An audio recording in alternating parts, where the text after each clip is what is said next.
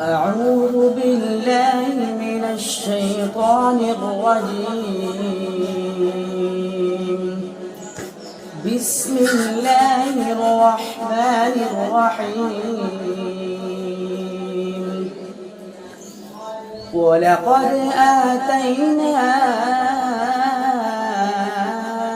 إبراهيم رشده من قبل وكنا به عالمين.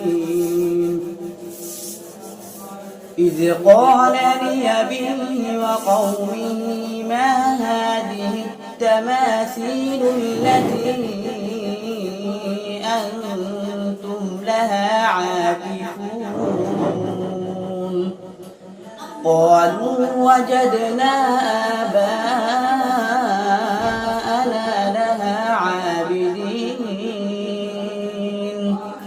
قال لقد كنتم أنتم وآباؤكم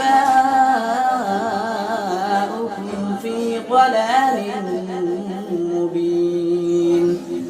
قالوا أجئتنا بالحق أم أنت من اللاعبين؟